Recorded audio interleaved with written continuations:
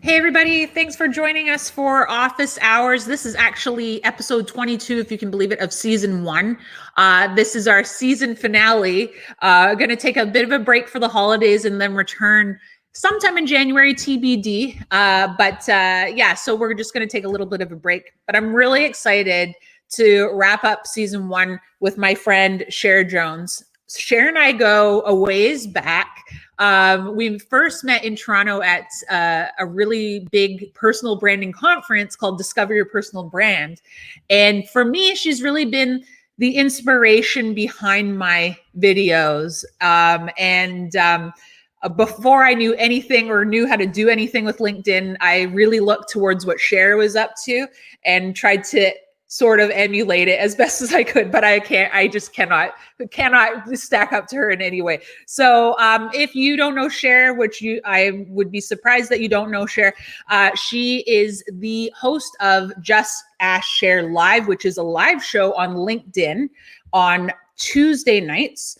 And so she just knows, she's just the authority on personal branding and social media. And when I attended her live this week, she was mentioning a social media I had never heard about, and now I'm on the waiting list for it. So anyway, she's very much a tastemaker in social media. She's a corporate social media coach and trainer and personal branding coach. And she's trained companies like Rogers, BlackBerry, the City of Toronto, Hong Kong Police, that was kind of cool, and Industrial Alliance or Industrial Alliance, depending on which language you're speaking, and many, many more. So without further ado, I really want to welcome Cher, and I'm going to add her to the stream. Hello, Cher. Hello. It's so awesome to be here. And it's like bringing back, dropping the memories there. I remember our first time at Discover Your Personal Brand where we just connected and just clicked. And it was just awesome. It did feel like a click, a lifelong friendship. And yes, like I mentioned, you're always an inspiration to me when it comes to video and personal branding and LinkedIn and knowing what to do on LinkedIn and social media. So thank you for all that inspiration. So we have already a bunch of people waiting for us on YouTube, I could see, and I can see some notes coming in. So people are saying, Dolores is saying, good evening, ladies. Debbie is saying, hello. Ricklin is saying, hi, Cher and Kamara. Hi, Ricklin. Lucic is saying, we love Cher Jones. Aww, I love Lucic. Lucic is just like hardcore, just awesome. She's just great. Definitely somebody worth connecting with. That's fantastic. So glad you could join us. And Ricklin says, 2 of my favorite LinkedIn peeps. Yeah. Thank you, Ricklin. That's so nice of you to say. So I know we're going to have a great chat tonight. And I really want to dig into personal branding for people in careers and job searching, because I do think that it's kind of an overlooked thing when it comes to job searching, especially. People think they just need a resume, need a LinkedIn, but there's the whole kind of broader aspect of it being part of your personal brand. So why do you think personal branding is so important for career growth and, say, job search success? It's how you stand out and stay remembered, because part of having a full personal branding strategy, and we'll talk a little bit about how I've been lately separating. So I have it's like a 2-pronged approach. So having a full personal brand strategy is all about maintaining your visibility and also enhancing your credibility. So the reason why is that oftentimes people are not, whether they're in their job and they're looking to strategy to get another job within the same company, the same organization, or elsewhere. One of the things that people don't realize is oftentimes you're not considered for that project, that opportunity, that position, not because you don't have the skill set, it's because you're not remembered. And those with a personal brand right? And that whole strategy behind that, as far as your visibility, as far as like, because credibility plus visibility equals opportunity. So if you're missing one of those pieces, you are missing out on opportunities. That's not to say that you will miss out on everything, of course not. But you drop your hat in the ring a lot more when you have a complete strategy, and that strategy includes your network, and not beyond, and going beyond a functional network, but going to a visibility network. So functional meaning stuff that you can use at work, on the job, people, because what we're seeing now is there's a huge integration of using our digital presence to get our work done. And that is right. real. That is real. So, but those who have a personal branding strategy, they're thinking beyond that immediate network of people I need to do to accelerate my work and stuff. They're thinking an amplification, a visibility stretch. So it's just different. And then of course, that's how you stand out. That's how you get remembered, when you take that time to orchestrate and really be strategic about what you're putting out there so that people know what's in here. Right. Yes. I guess it's kind of like an out of sight, out of mind type of thing. 100%. Yeah. And that's really what you have to be more strategic about. And, I don't think that everybody needs a full-blown personal branding strategy. And I know this is shocking from the personal branding coach, but I really don't.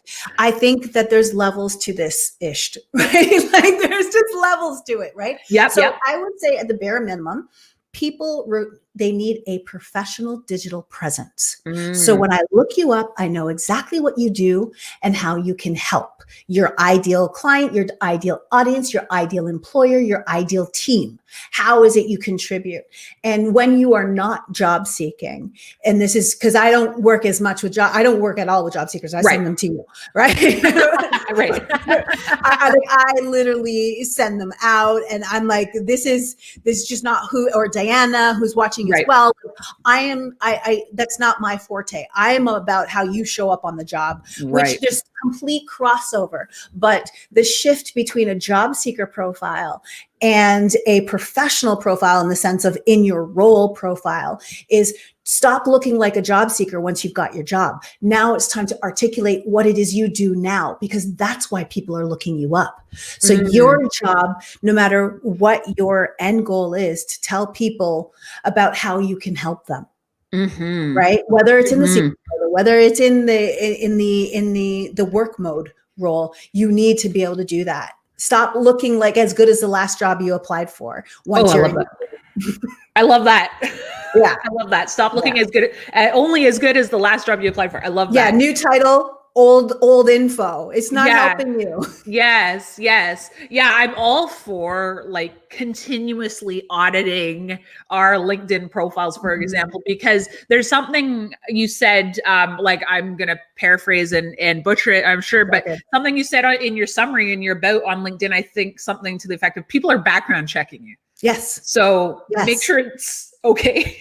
Yes, they're looking you up before they answer your email, before they respond to your voice note, before they are saying yes to your meeting. They're checking out, why should I meet with you? Who are you? And then if you are, and this becomes into the strategy play, if you are being strategic, if you've taken the time to truly articulate what it is you do and how you serve, so that you have a presence that people want to work with you, for you, or refer you, right? Because now you've given them that language to do so. What you need to do now is get it. You need to be proactive about getting it in front of people. So if you have a meeting with somebody, you could send them, and you see their names on the meeting request, you look them up, you never met them before. You could send them a connection request. Looking forward to our meeting next week, but in the meantime, let's stay connected here. Oh, love it. So what are you doing? You are now giving them the language to think about you, talk about you. Oh, I can't wait to meet Kamara because look at, she has all this experience here. And they're already thinking of, how can I work with you? There's no introductions. You walk in the room and it's like, cheers. Everybody knows your name, right? You've got to do that. I love that. I love that. Oh, that's so true. And that's such a great little seed to plant, like so effortlessly and so naturally. Like you're not being weird. There's nothing weird about it or creepy about it. It's like, like Yeah. natural. This is the only term I can think of for it. Yeah, Absolutely. I love it. And even if you're already connected with that person, you can still saying, hey, just thought about you, looking forward to our meeting next week. Love it. Right. And you're just pushing your profile in Yeah. a nice way. You don't have to sell yourself because it's already there. Nice. That is so good. We're not even 10 minutes in and I'm already learning so much. Just want to go to some of these notes because we got like a lot of chat going on here. So yeah, be memorable for sure. Renee says you need to be visible within your organization. Yes, within your organization, within your industry, be visible everywhere, right? And Renee's a good person to know because Renee is all about the outer personal brand, how you show up as far as from your wardrobe, your style, because that matters now. And that style actually translates onto your content when you're showing up in video, when you're showing up in pictures, all that stuff. So it's like personal branding is a whole web from looking for a job, right? So looking for a job, then how you show up in person to that interview, how you show up to meetings, and then how do you show up digitally? Me. So much to unpack here. She's saying yes to all of the shares. So good notes from Renee, and Diana's saying hey to us. Hey, Diana. She's a superstar. Yeah, she really is. And Lucic says, stop looking as good as the last show. Yes. So just quoting some Cher-isms. There you go. That's what I'm talking about right there. Yes, that's right. And Diana agrees. Yes, have a presence of why people want to work with you or refer you. Certainly. Yeah. And Renee also thinks that your tip on pushing your profile casually, naturally, it was a good one. Yeah. And I agree. So, let's talk about strategy a little more. So like, what are your top tips in terms of strategy for professionals? So not so much the entrepreneurs, but professionals who may or may not be job seeking. Yeah. So especially professionals who are not job seeking, but want to ensure that they have the visibility within their workplace, right? So because this is how this is when, if you're sitting there wondering, why didn't they consider me for that project? Or that role, or that special employee resource group, whatever, that leadership thing that could lead to something else, is because they didn't know or they didn't remember. And oftentimes you don't get the opportunity to leverage the skills that you bring to work that you don't even get to use at work. So you need to start thinking about, well, how can I showcase either the thoughts, the methodologies, the things, the way that I would lead, even though I'm not leading yet.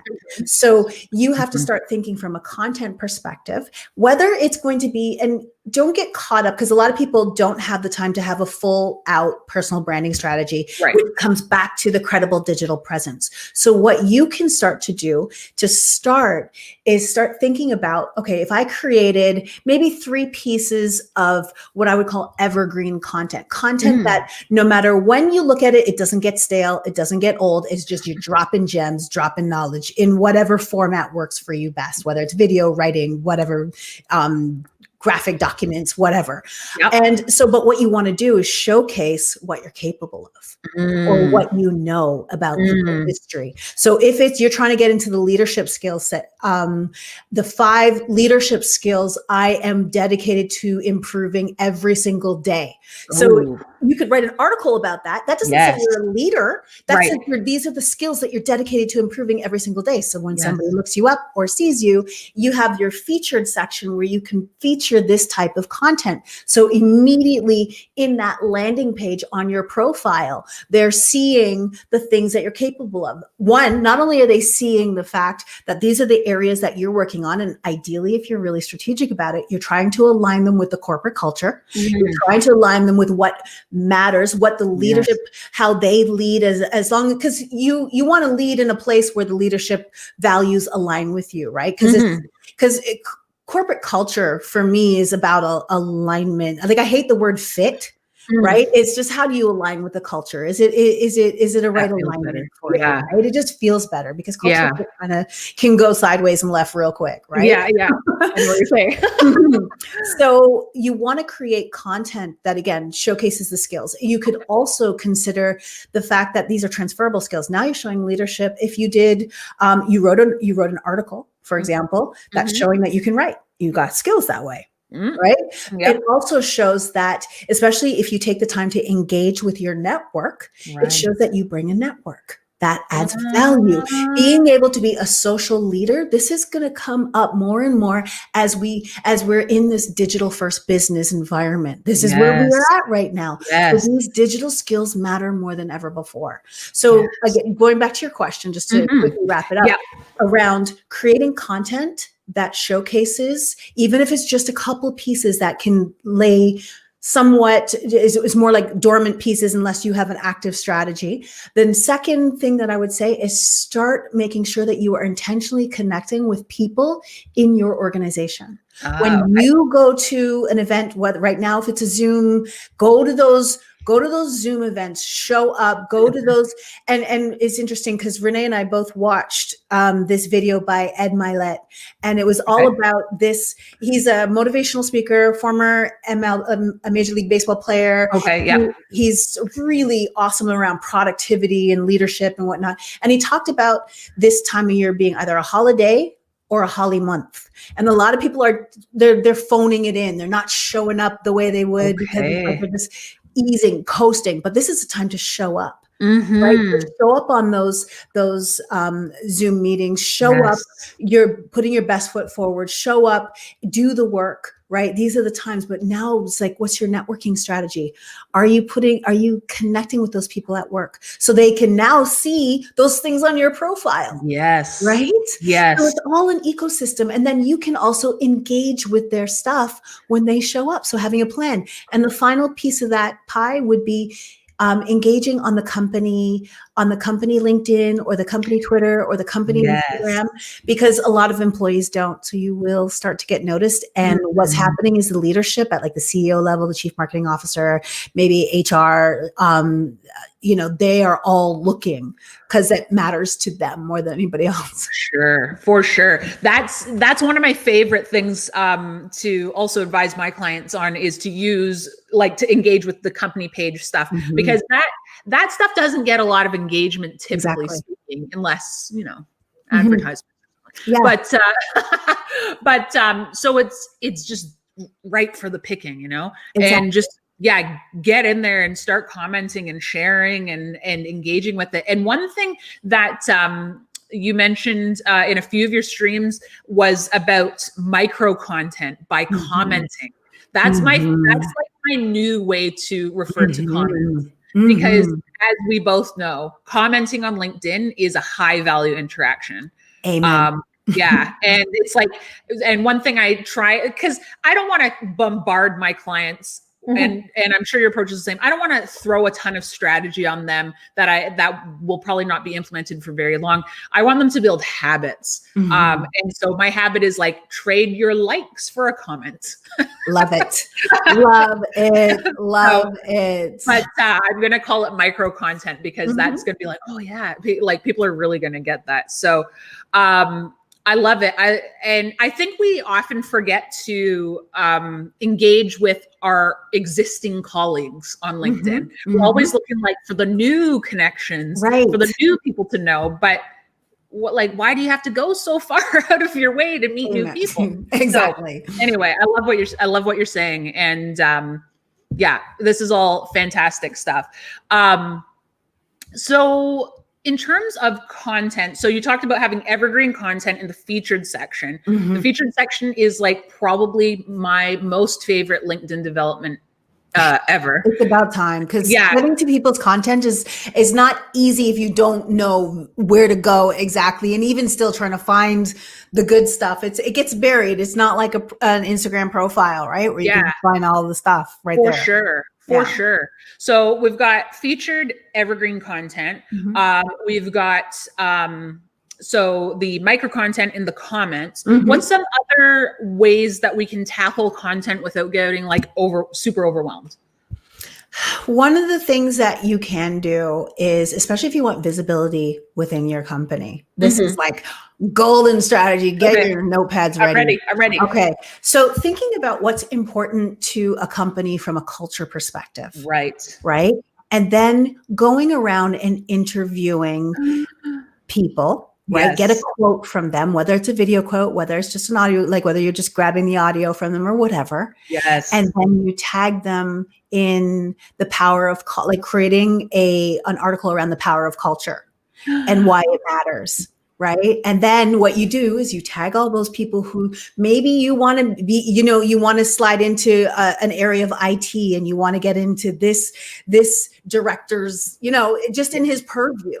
Right. Yes. Or her purview. Let's, make this 2020. Right. So, so you want to get into her purview. You want to get into her view, her line of sight. Yes. You talk to her about, you take a look, and this becomes valuable because you are showcasing yourself as a leader and the importance of culture within the organization. And as someone who's been working with the company, even if it's just a month, you're working with just a month, but the one thing that you've noticed while here, or it could be 4 years, 5 years, 10 years, whatever. The one thing that you notice that is so different is this. So what you want to do is you want to get people's take on why it's so important to them and how they contribute to the culture. You pull, you do a little 5 things, and these are the things they've learned. And, as you plan to step into leadership roles, these are the things that you're going to take with you.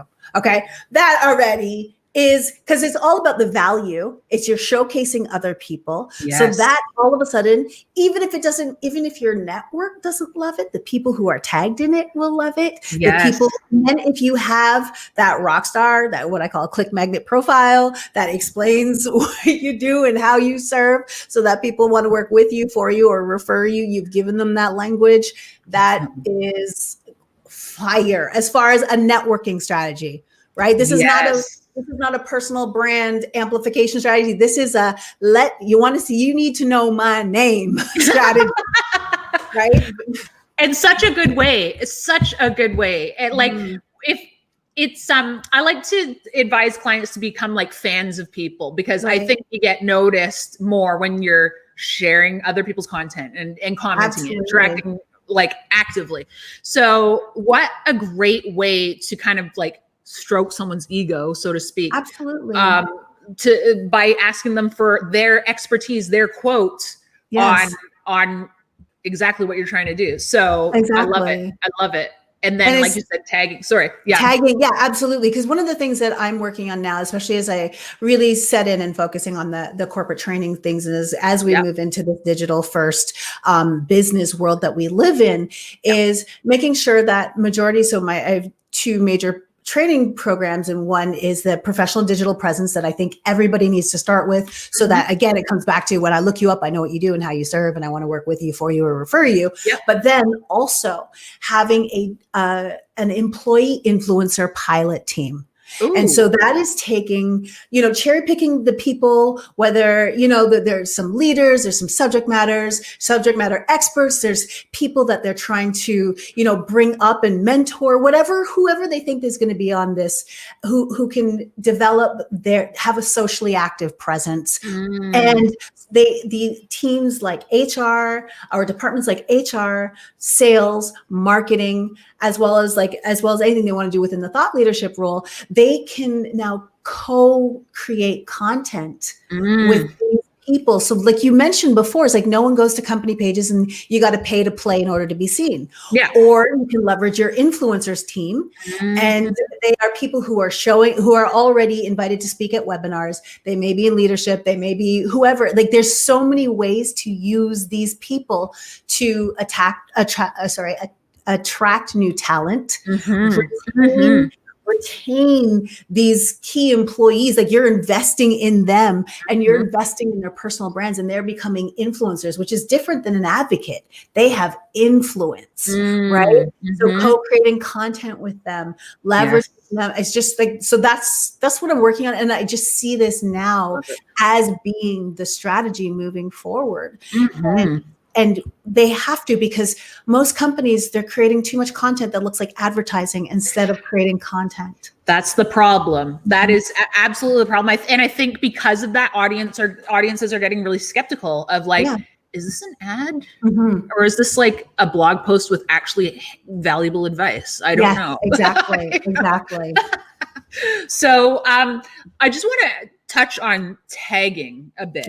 Because I don't see this executed well much. 99% of the time. Yeah.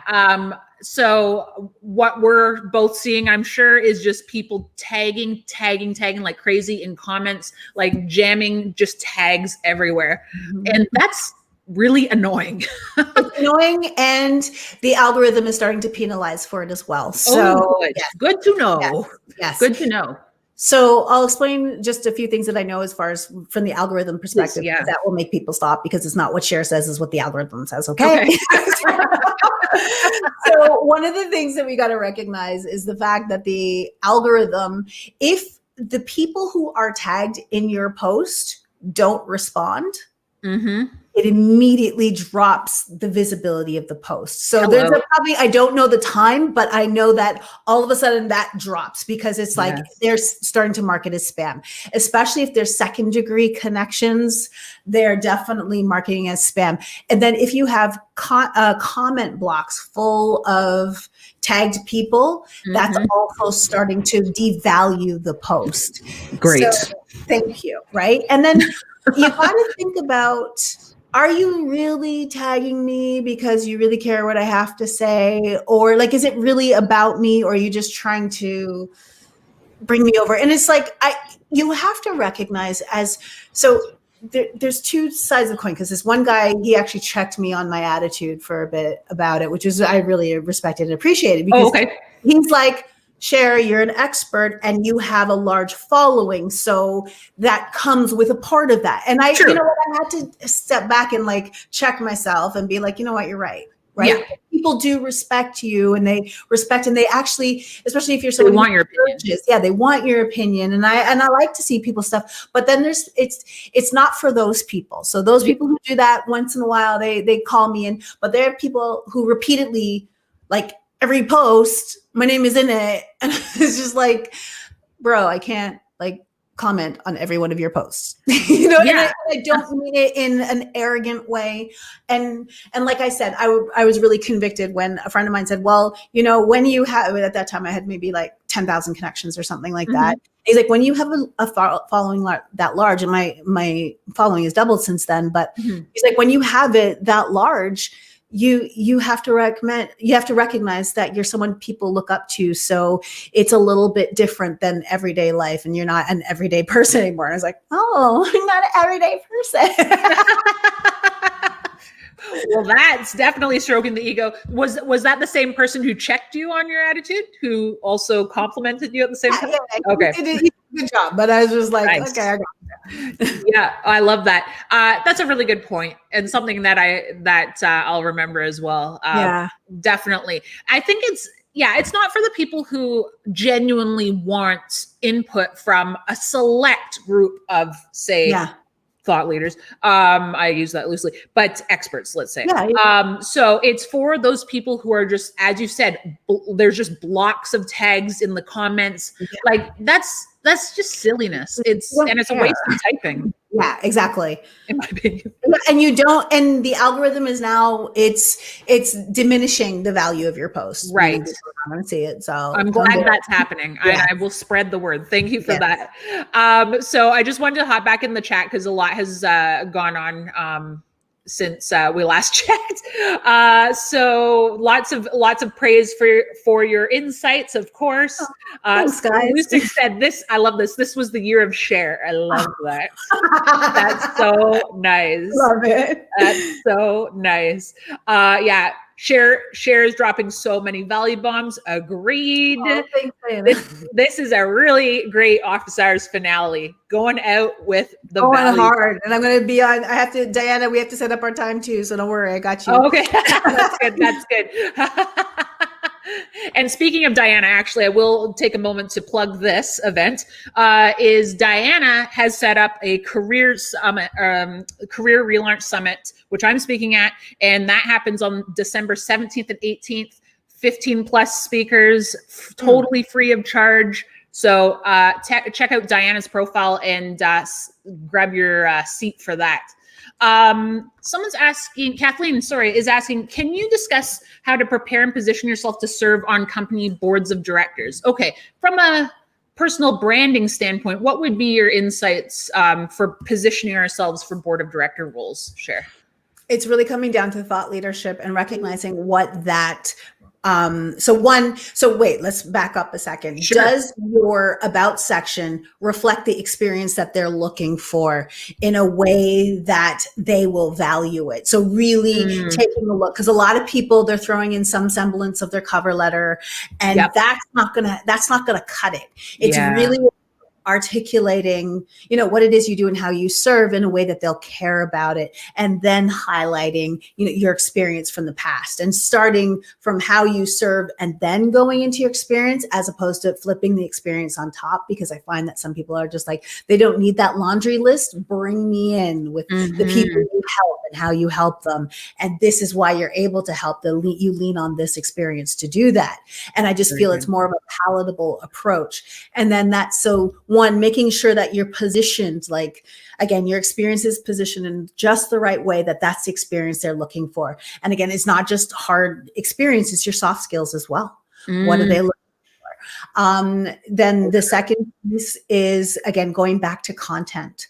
How can you showcase what you know about the industry or the skills that they would be leveraging or they'd be looking to you to lead and guide as far as knowledge, skills, whatever. Definitely. What is it that you can showcase that makes them know that you're a valuable candidate that they can consider for the board, as well as looking at other things that they may value. So your activity, you want to make sure you are regularly active within, if the board of the company has that company page, checking out, the people who are on the board and just asking. You could even reach out to them that, even before you apply, and being like, I just wanted to know what your board experience has been like. Reaching out, do you have 15 minutes just to see what it's like? So building those relationships. But again, it starts on having that landing spot, right? That when I look you up, I already want to have a conversation with you. Right. Totally agree. Yes. That's awesome advice. And I think I've been working with a lot of people applying to board positions, and I follow exactly the formula that you mentioned. And it really, like, when you get down to it at the most basic of levels, it is about how do you help? Exactly. So great advice. So I saw another question here. Just lots of praise. Renee said fire at one point. Love it. That.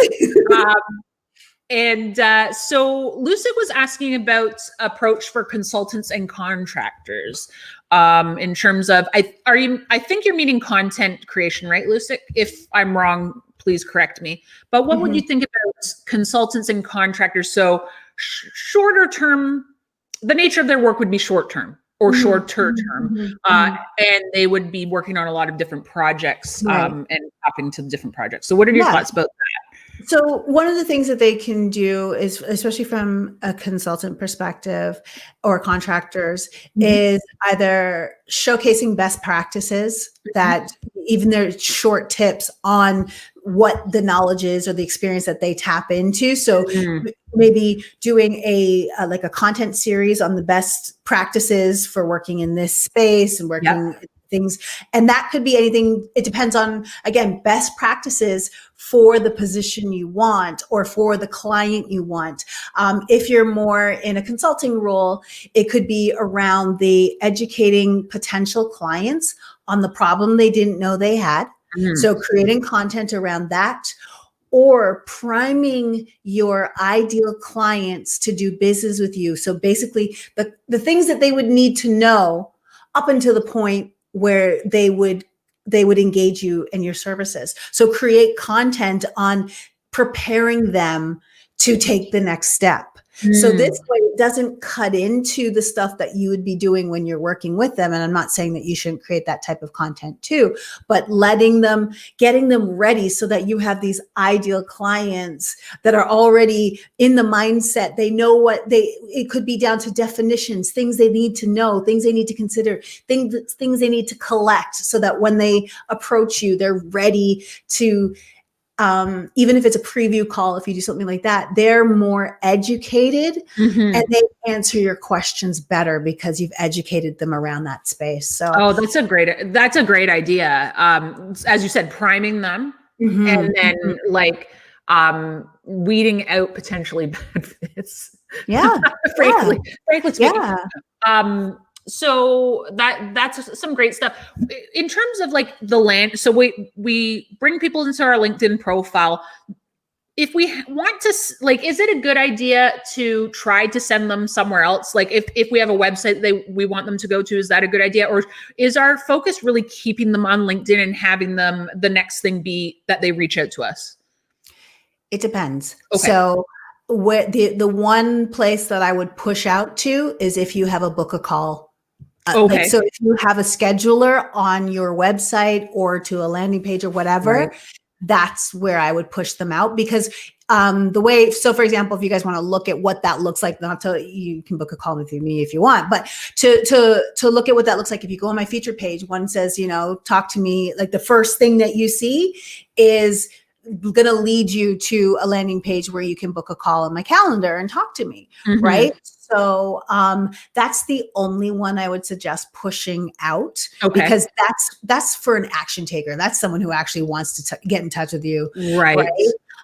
But what I generally tell people to do, like if you're on a podcast, if you're on like OPP, other people's content or other people's like their platform, OPP, what I tell them to do is always link them, send them back to your most active network. For me and for us, usually the people, the audience that we talk to are always, we're going to say LinkedIn. That's my money network. That's your money network. That's where business happens. But wherever you are most active, where you are in a position from a brand perspective to make a first brand impression that matters, right? That's where you want to send them to. You never want to send them to your website. Because only the people who are ready to buy right now, which is very little at the end of the day, there may be one person who might be thinking about working with you or with me at the end of this podcast. But 99% of the people who are watching are just like, this is awesome information. It's so great to get to know you guys. And if you ever go into other people's content selling hard, like you're just, it's just don't. Right. Just don't. But on the other side, it's like, that's why you want to encourage people to connect with you because that is more of an ongoing, you want to continue the conversation. You want to continue to show up so that you're remembered. Right. That type of connection just can't be rushed. Like it's a long game. Right.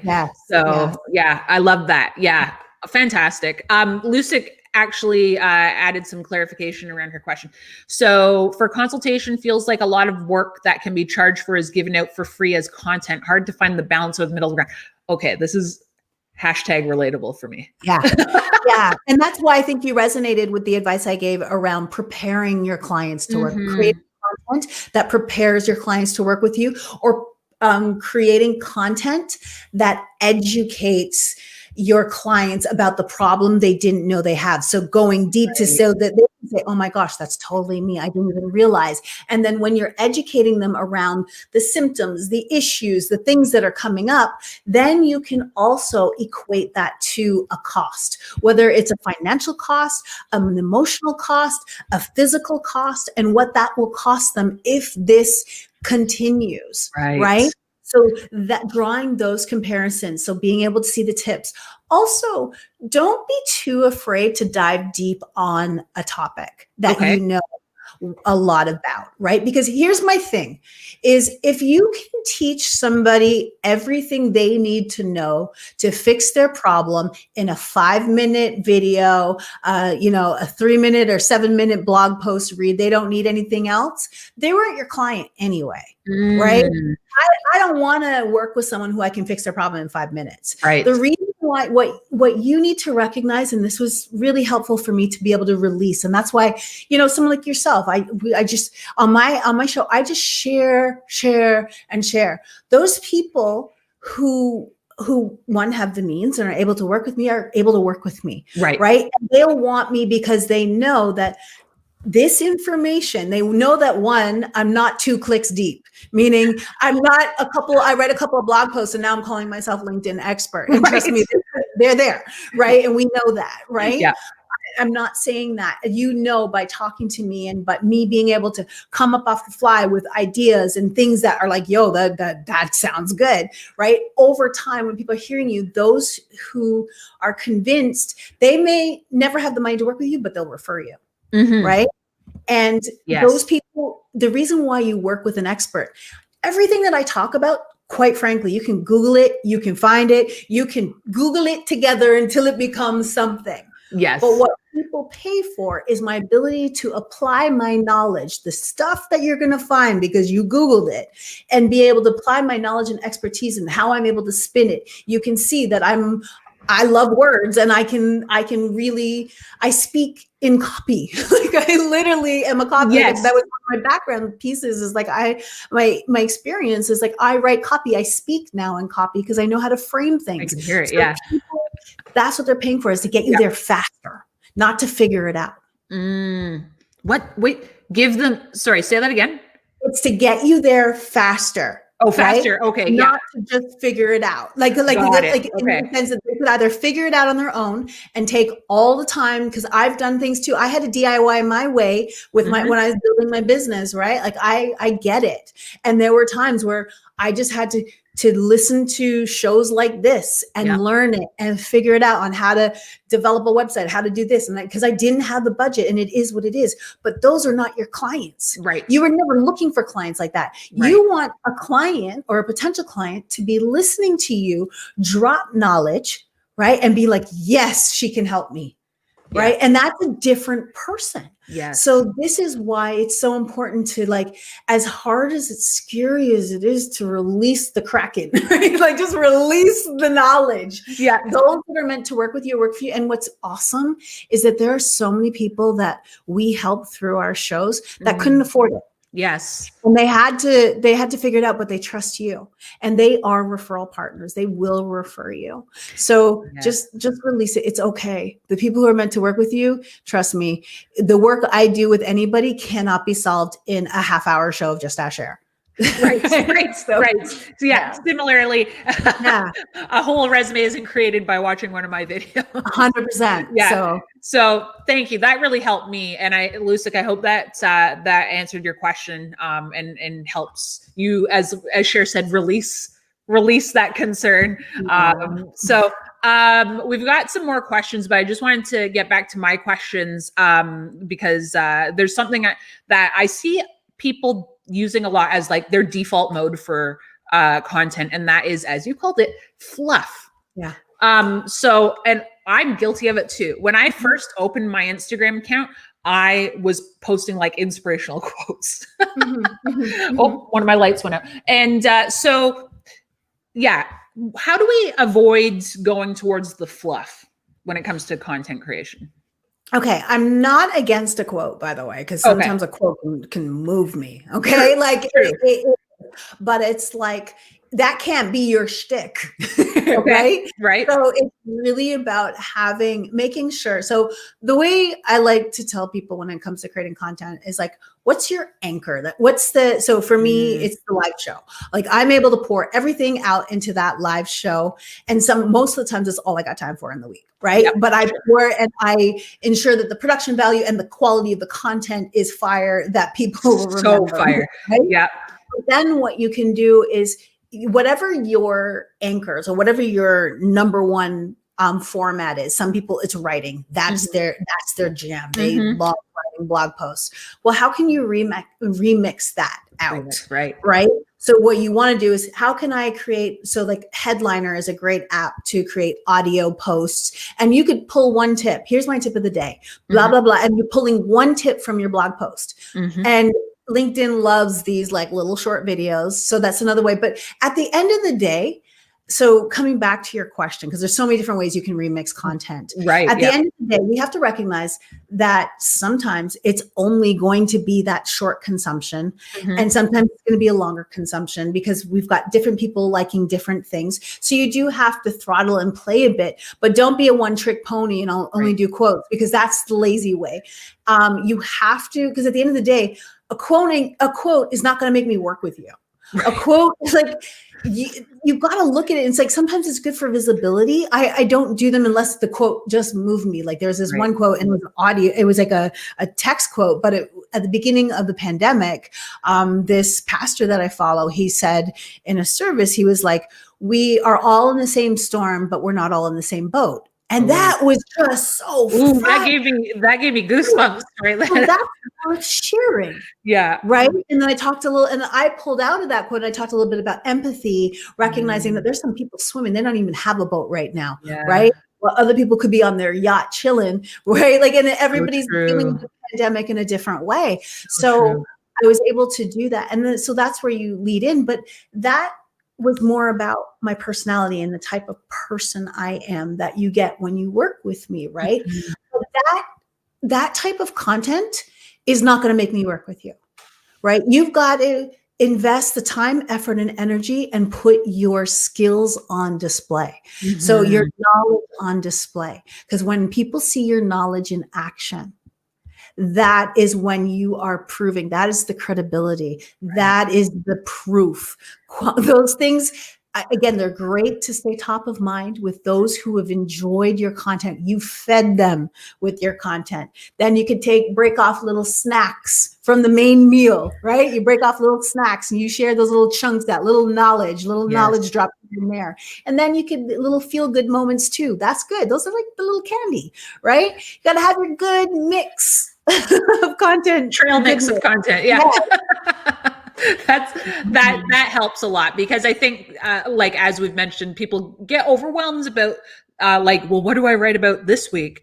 Well, what do I post? Like, what picture do I post on Instagram tomorrow? And it's it can get a bit much. So remixing. Yeah, lead with value first, because if you anchor with value, right, you pour that time, effort, and energy into creating that value piece, then you pull out the little nuggets from there. And then it becomes, you've got an opportunity to talk about the same thing more than once in different angles and different ways. But ultimately, and this is what probably most trainers won't say, is like, not everything is going to be value in the sense of subject matter expertise value. Sometimes it is that, like you said, that quote gave you goosebumps. It gave me goosebumps too. Yeah. Right? Yeah. That's not value, but that is visibility, and it is a personal brand connection. Yes. Oh, I like her. She thinks like I do. Yeah. Like that sort of thing. I love that. I love that. So anchor. Yeah. Diana's quoting you, lead and anchor with value. Yes. And then go from there. So that's great advice. Thank you. Diana did have a couple questions actually that I wanted to get to, because I think that everyone will benefit. Do you recommend consolidating your top posts into an article to make it easier for people to search? Yes. So I think, especially if you're leveraging the LinkedIn feature section, and because you got two that really stand out, like that pop, and then I don't know about you, I've never slid beyond the first two. I see those and those catch my attention. Yep. So I've seen, there's this one awesome Ali, I can't remember her last name right now, but she's like a leader in HI. She's pretty young. She's like maybe in her early 30s. And she's just like thought leader in AI out in, Ali Miller, I think. Anyways, out in Silicon Valley. And one of the things she's done is she had an article on Medium that talked about all of her LinkedIn posts that provided value. And then she put them into content areas. Like, so into subject matter or subject areas. Yeah. So what we do, so like if I were to apply that same strategy to myself, so Diana, you may just see this on my profile, but my top 10 just at Cher posts based, and then put them into, so this is when I talked about branding. This is when I talked about live streaming. This is when I talked about side hustle on your LinkedIn profile. This is like those kind of things. So the top 10, so having something like that where I would embed, even though there were LinkedIn lives, I'd embed the YouTube there because they show up better in the article, but absolutely make it so that the article itself is like something that is helpful to that person. So you've organized it so they can skim and scan it. It's probably in alphabetical order or something, and something that they can see. There's some headings there. So you just make it convenient, and they'll go back to that as a resource. Very good. Very good. I love that idea of putting it on Medium, because Medium is like very SEO friendly. I feel like if you put something on Medium, it's going to get some traction if it has good SEO. And you've got that good crossover population, right? Yes. Like, yes, I love it. I love it. That's great. And she also wanted to know, behind the scenes, what's your process in coming up with your weekly live show? Most of the time, because I no, it's a great question. I'm sure there's a ton that goes into it. Yes and no. Oh, okay. One of the biggest things that helped me is when I developed my rundown. So my show is the same every week in the sense of I have the main topic, then I have a scroll stopper, then I have a tap that app. Right. And so I'm for scroll stoppers or tap that app, I'm constantly, on the hunt, and I test I love tech, and I'm I'm a AppSumo addict. So I'm always trying new tech. And so that's just my thing. I love it. Yeah. And so I'm always I always pay attention to what stops my thumb. So that's kind of like, it's always going in the background. Right. But most of my topics are either really relevant in the moment, kind of like I'm looking at what are my clients asking me this week? Oh, that's inspirational. That like a lot of times, like I'm like, oh, that's a good idea. And I'm like, literally for a second, I'm like writing that down. I'm like, don't lose that. Right? And then also what's happening right now. So like it was funny because I wasn't going to broadcast the night of the elections. Oh yeah. So it was Tuesday night, and I go Tuesday night at 8 p.m. Like, this is like the hottest ticket, elections. Like, who cares about the little Cher? But what I did is I made my show relevant to election night. Yes, so I saw that. Yeah. And it was all, I can't remember what my title was, but it was all about, being too political for your brand and on LinkedIn or whatever. Yeah. And I was surprised at how many people watched, because they needed a break from the stress of the election conversation, but it was still relevant. So they didn't feel like they're cheating on the elections because I was still talking about it, but it was more about them. Right. Oh man. That's awesome. So you've got it sounds like a template, so to speak. Yeah. So the template helped. Yeah. That's awesome. And then also what my clients are asking me, or what people are DMing me. Right. And I just see it and I just write it down. And because I've been in this game for so long, and then I do have a TV background. So my producer hat kind of goes on as well. Right. And I'm always thinking, because we're speakers, we speak about this, we train about this, we coach about this. I could probably come up with a topic real quick, and then it's just more the building it out so that it's meaty and valuable and just paying attention. But I love looking when something's happening. I love being able to be on the money with my show, because I literally with my show, when the pandemic first started happening, the first 2 weeks I was the only one talking to him. I don't say that as I'm so special, but I really didn't. No one was talking about it yet. But that's my journalism side of me, looking at this is what we're pegging this to. And it was like, later on people got to talk about it, but I talked about it before anybody else was talking about it. So, and I'm sure I'm not saying I'm the only one talking about, but the only one visible that I saw, like there wasn't like a mass rush of connecting, how to handle this and what's going on as we're literally being bombarded with information. I'm jumping on it. So I'm not saying I'm the only one, but it was the only one I really noticed. It wasn't like 2 weeks after that. It was like everybody's talking about the pandemic and connecting their subject matter expertise. It's like, I was so glad I was ahead of the game. But so there is a lot of value in being like first on the scene, really. Right. But like you said, that's your journalism hat that you're putting on. Yeah. So I didn't even think about it. It's just like, what are people talking about now? Yeah. I think sometimes, like for me, I might have kind of hedged my bets in terms of going into COVID. So I wonder if people were a bit nervous about talking about that, and so they hesitated. What do you think? They were totally, and I understand it. I'm just not afraid of it. You're not scared of it. I'm Yeah. not afraid. We're Yeah. at the point now where it's just like, no, I'm not like, I just, because I have the mindset from a broadcast television background, it's just that it's natural to me, but I totally get why they didn't know how to handle it. And so it's just like, I'm just trying to make things relevant to now. Right. That makes sense. That makes sense. Yeah. And like, there was no backlash, right? Like people were very receptive to it. No, Yeah. they really weren't here because it was just like, what do I do? Yeah. And it's also, again, I think when I look at the lesson that I learned from the political, like the election night, because I really was like, no one's going to care about me, but you know what? For consistency's sake, let me make it relevant and go. Because like I've been broadcasting, I would say out of the last year and a half, I've probably missed a total of 8 Tuesdays in a year and a half. So I've been like pretty consistent. Amazing. And for me, that like, for me, it's like, I need to do that because I know how easy it is to become inconsistent. Yeah, for sure. For sure. Yeah, absolutely. I would say it's easier to be consistent with it. Like just stay committed to that day and time. Exactly. Yeah. So yeah, for sure. That's great. And Brian, hi Brian. Hey Brian. Hey, update to your profile, I see. So, so he shares relevant information about my industry, asks questions, and engage with posts made by others. I don't get any engagement other than a random like. What do I need to do to increase the engagement with my content? Oh, that's a good question. Okay, so you're asking and you're engaging post by me. So you're doing that sometimes what you may have to do. It's interesting because he's in so I find that a lot of HR people, they don't, so, and I'll liken it to criminal investigations in that sense, is that with HR people talking, especially HR, like recruiters and stuff like that, a lot of people won't engage in their stuff because they don't want to appear to their network that like they're looking for a job.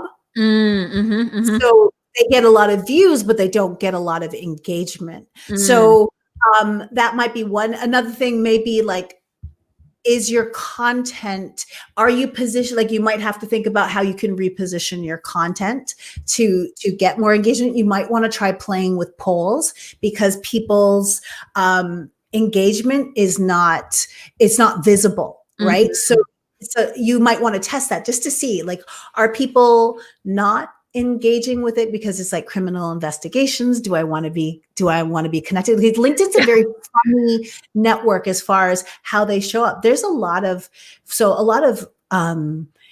people in the C-suite. They're looking, but they're not engaging. Yeah.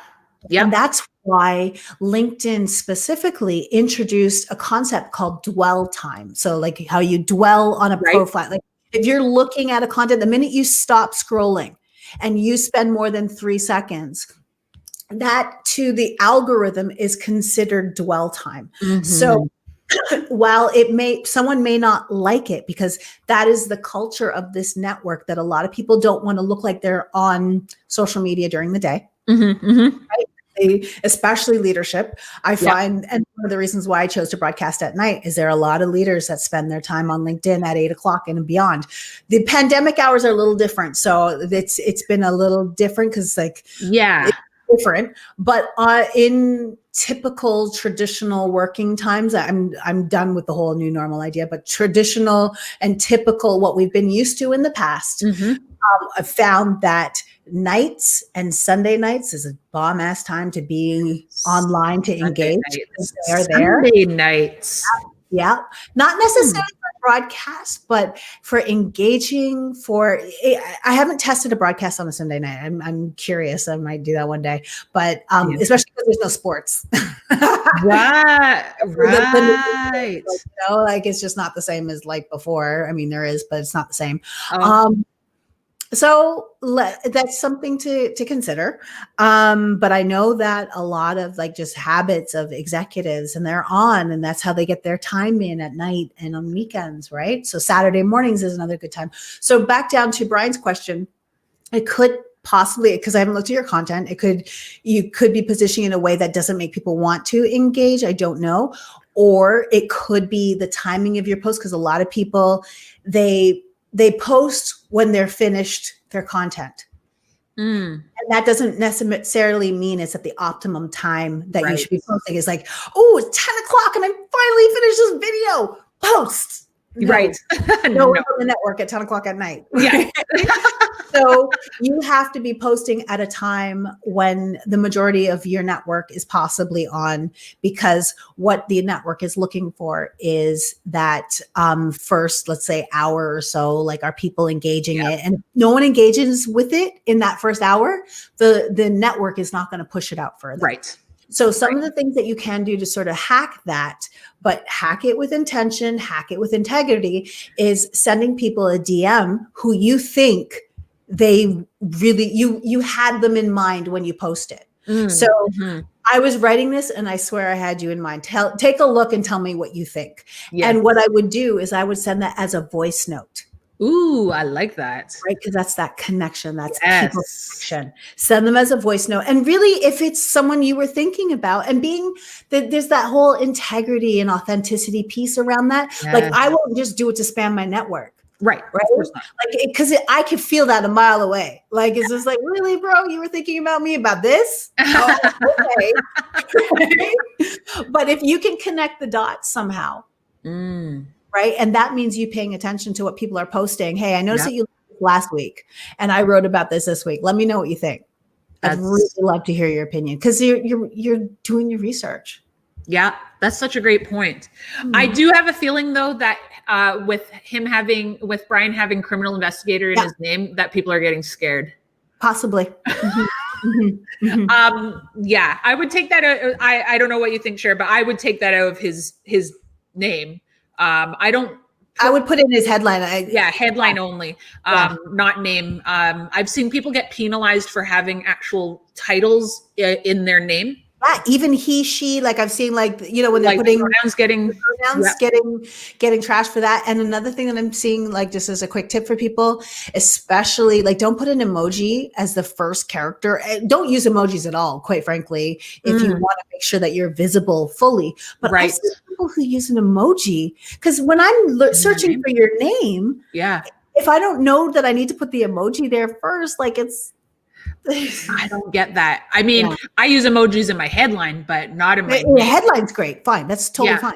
Yeah. That'll get my attention, but not in your name. I've seen people put a flag. I've seen people, I remember I told one girl that I know, or one woman that I know, like, get rid of the flag, because people won't be able to find you. Yeah. We don't need to get creative or cute with our names. That's what the rest of the profile's for. Exactly. So I just wanted to touch on a couple things that I saw that Ricklin mentioned, something about our accent. Oh, okay. Oh, no, this wasn't her note about our accents, but I would also like to add that people who work corporate jobs struggle with being their true selves on LinkedIn, because anyone can see your comments. Good point. Good point. But then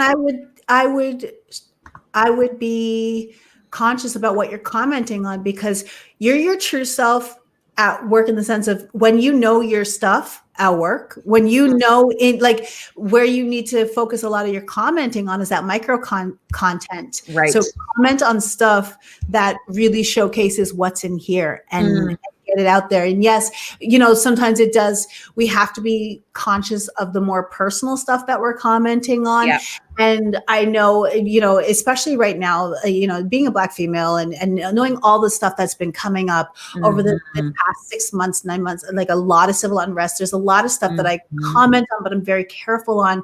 And I even have to deal with that own personal guilt that is like, why do I have to feel this way? But I also recognize that the game I'm playing, and it's finding the balance, which is not easier said than done. So I know, and it's hard, right? And some days I have a stronger voice than others. I'll be honest. Some days it's just like, you know what? If you don't like what I have to say, then we're not meant to work with each other anyway. And also, I make sure that I remove any sort of. So it's about having the emotional intelligence to use that as your editor and guide as far as how you're going to position yourself, so that while you may have a strong stance, being emotionally intelligent in how you articulate that can that can help you in listen, at the end of the day, if you don't like me because I said that, then it's okay. Yeah. It's okay. Yeah. Yeah. Great ad there. I found the one about our accent. I know this is off topic, but I have to say I love the way Canadians say the words about and process. process, about. I don't know. I say process, yeah. Process. Yeah. About. A boots. A friend of mine always makes fun of me because we say organization. Organization? Yeah. And I don't know. Opposed to I don't know. Organization? Yeah, I don't know what he's like. Organization. What country are they from? Oh. Yeah. I'm confused. Brian just thanks you for your insights. So just wanted to pop that in there. I know we're at the top of the hour. Can I quickly ask you? You can ask me whatever you want. Oh, thank you. About short form videos, because these are hot. Okay. So TikTok, YouTube Shorts, Instagram Reels. How relevant is this for professionals, and how would you advise us to use these properly? All right. Okay, so none of these pointing videos have ever made me want to work with somebody. I actually because I think that for most of the people in my let's say age cohort, they're not my son's age, and my son's 25. So it's like I'm out of my cool pay grade to think that I can do what people who are 25-year-old are rocking with their music and stuff like that. Like it's like I'm out. Like I may look cool to me. Right, to me and to my cohort, right? But my son is gonna be like, that's so cringy, right? And so when you really gotta go onto the cringe factors, like a 20-year-old or 20, like I'm again 17, and I didn't say not again. So I have a 17-year-old and again a 25-year-old, right? So I've got these two demographics, which these type of short form videos that we're seeing. I personally don't like them, and I'm not suggesting that people don't do them, because the thing is they are getting the visibility, but they never, visibility is one thing. It's like, do you want to be famous like Kim Kardashian, or like, well, I'll take that money, but like, what kind of fame do you want? Right. I can make you famous in 5 minutes, right?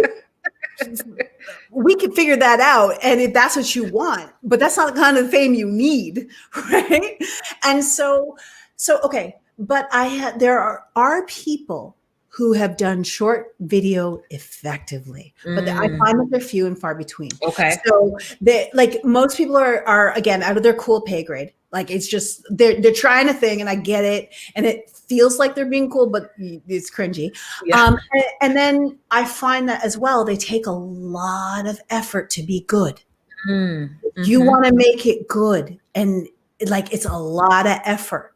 Yes. So the thing is, the algorithms on all the networks, including LinkedIn, love a short video. Okay. Love a short video. If you can get under 50 seconds, 15 seconds, 20 seconds, 25 seconds. Wow. Okay. You'll see. And that's why there's so many people right now. One of the techniques that I've been seeing a lot, or like the scroll stopping techniques that I've seen a lot, are people who are using the Reface app right now. Right. So that was so good. Yeah. And I'm seeing it. And guys, like this is part of, if I look at, my content strategy, part of it even though I didn't come up with that idea, I'm breaking down why it works, but that teaches people that I'm always on the lookout for good ideas. Yes. And that shows you that I can come up with ideas on the fly because I'm always looking out on ideas. So the reason why I brought that up is like, how can you show people that you're always on top of your game? Right, through the content you create. And that's like so meta, but that's exactly what I do. Right. And so for me, at the end of the day, is value. Did I learn something? Did I get something out of your content? And even, yes, those pointy videos, although they make me cringe personally for the most part, 90% of them, there's an attempt to teach. It's just, can I get past am I so distracted by you being out of your cool pay grade that I don't even see it? Cause it's just like, oh, or did you really put so much time, effort, and energy to make it? So it's just, So long story short, I think what I'm really showing is my bias more than anything else. Okay. I don't love the out of your cool zone pay grade, like out of your cool pay grade. Like I just don't, but I think that they can be effective when done really well and you're not trying too hard. And it's just like, and then you got to watch your music choices because like something that's okay for Instagram, you have to remember that you've got to connect your brand experience. If it's an auditory experience, it's like, that's kind of like, I love hip hop. Like, I love hip hop. Right there. Like I've been loving hip hop, but I know that there are certain songs that conjure a different image, that conjure my brain going down a different pathway. Yeah, it's the hottest song out there. Is that what I want to connect with my brand professionally? Right. And you're trying to collide the worlds. And for some people, it actually works, but very, very few in my book. Yeah. Yeah. I guess it really comes down to where are your clients hanging out too. And I'm certainly out of the cool pay grade too. And so I've never tried any of those short videos. I was thinking of YouTube, but I think it's just possibly just popular, like a fad right now. It is the thing, because you have to remember if the majority of these videos are coming out with, you have to remember who is the forerunner of the user base. Right. These are just stats, right? You got to look at the stats. The young millennials, Gen X, millennials and Gen Zs. Sorry, Gen Xers. Yeah, we're cool. The Gen Zs, all of those. Yeah. Those are the people who are creating content left, right, and center. It's not equated to their business for the most part. Right. They're on these networks. They're creating this funny, cool content that people are like, oh, that was a cool idea. Let me try to make it corporate or business. Yeah. Right. And the thing is we have to remember that our clients or our target audiences are on all networks, but where are they in the mindset to receive your content? So that's the winner right there. You got to look at that. It's like, do people want to go deep on like social media strategy in like popcorn or snacks, like that kind of content, that very like that little, like, am I going to go deep? Yes, it's a good visibility thing. And again, like this is, I know I'm totally speaking in my bias, because I think it's just people trying too hard. But I also recognize that where can I best add the most value?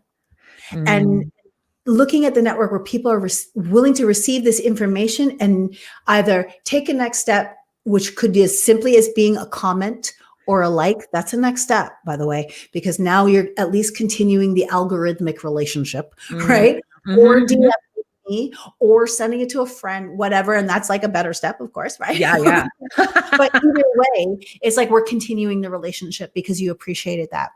Are they in the mood to listen to me talk for like, like on other networks? Like, no, like I know what's best for me. And also for people who are just creating this content by themselves and like they're like a solo shopper or whatever they're doing on their own. If you don't have a team, pick your money network.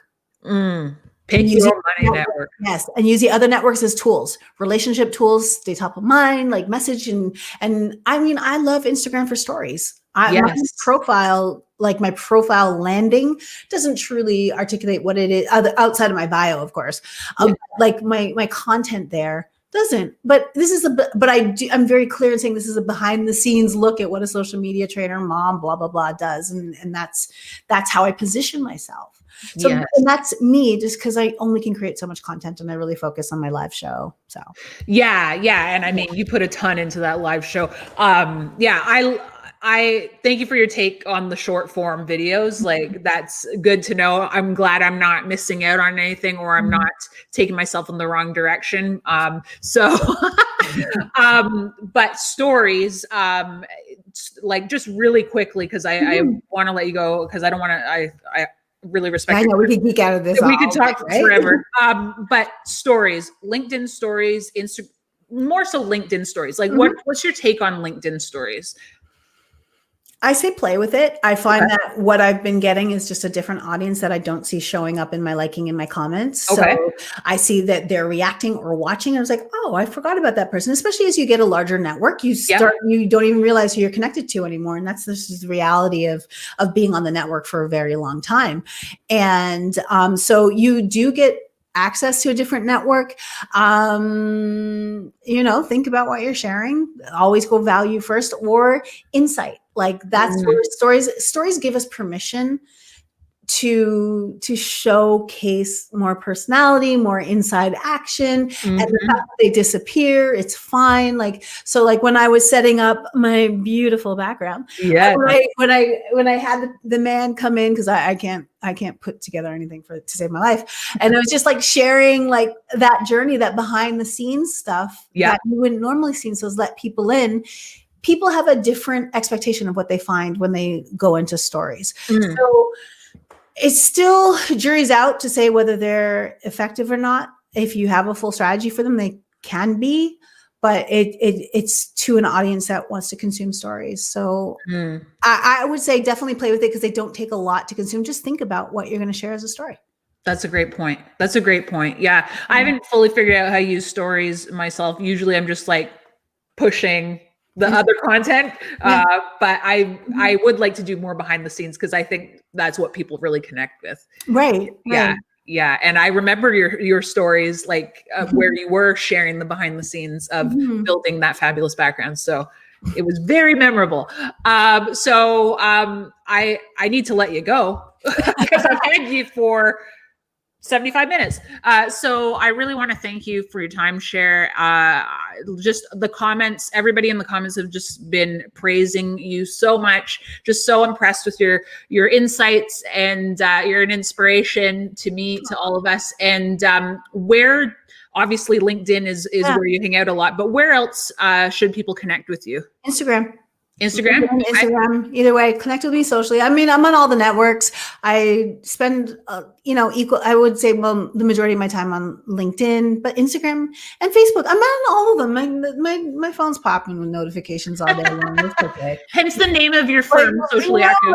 Exactly. Like this is like, okay, yeah. And now Clubhouse. So that's right, Clubhouse. Which I was like, I need an invite, and then I heard on your stream you don't have any invites, or you're out of invites. Yeah, but if you applied to get on the wait list, and if your phone number is in my phone, I have to check to see if your phone number is in my phone. Okay. Maybe sometimes they're pushing to me. Sometimes, hey, do you want to get this person from the wait list into the club? I'm like, yes, sure. And I just accept them. Okay. I will. I'm pretty sure I have your number, so I'll text you. Just text me and I'll make sure. Yeah.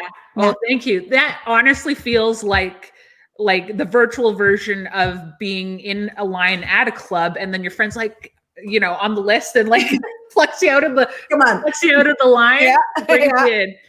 That's what it feels like. Anyway, thank you so much for your time, Cher. Really appreciate it. I've linked Cher's social, including her Instagram and her LinkedIn and her YouTube channel, in the description of the YouTube video that we're on right now. And thanks everybody for joining us. We will see you for office hours in January sometime. Woohoo. Thanks everyone. Take care and happy holidays. Bye. Bye.